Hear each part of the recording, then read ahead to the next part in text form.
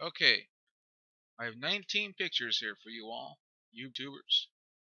These pictures were taken at half-hour intervals, just 30 minutes. So every 30 minutes I went outside before the storm and after the storm, except for the time I went to sleep.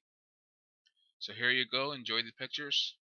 And there's a couple videos on here when the freezing rain started to get heavy and dissipated. And that's it. Hope you enjoy.